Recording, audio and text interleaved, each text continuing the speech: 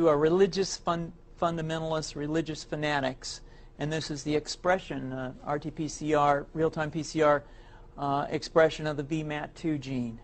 Over here, we have individuals. So let me complete. So over here, we have individuals who are not particularly fundamentalists, not particularly religious, and you can see there's a much reduced expression of this particular gene, the VMAT2 gene. Another evidence that supports our hypothesis for the development of this approach.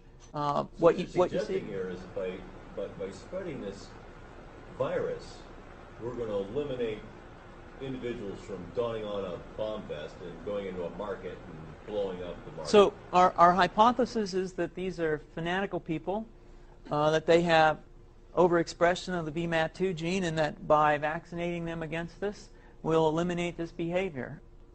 So we have some very, very remarkable data in this next slide.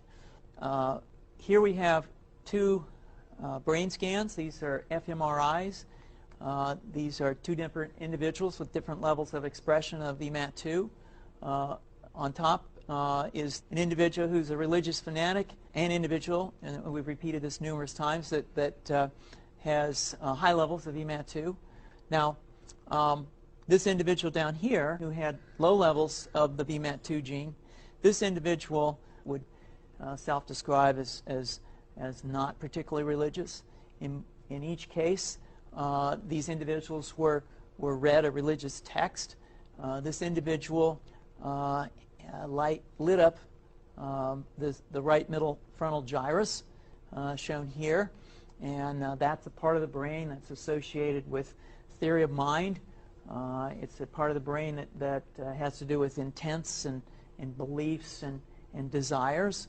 In marked contrast, here's an individual who would not particularly self-describe as religious, and when they're read a religious text, what you see is that this part of the brain called the anterior insula lights up. This is a part of the brain that's associated with disgust or displeasure on hearing something.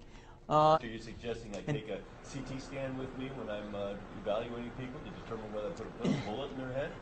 So the data that I'm presenting here supports the concept that we're proposing, and I think that we would not propose to do CT scans or fMRIs on individuals out in the hinterlands of Afghanistan.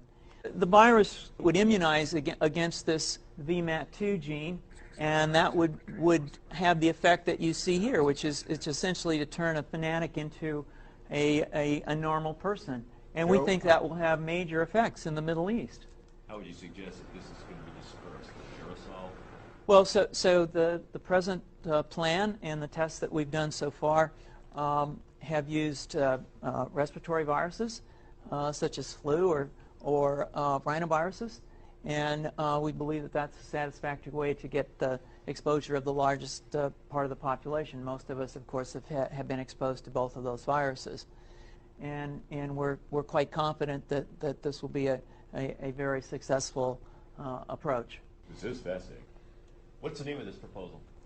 Yeah, so the name of this project is FunVax, which is the vaccine for religious fundamentalism. And you have a proposal already?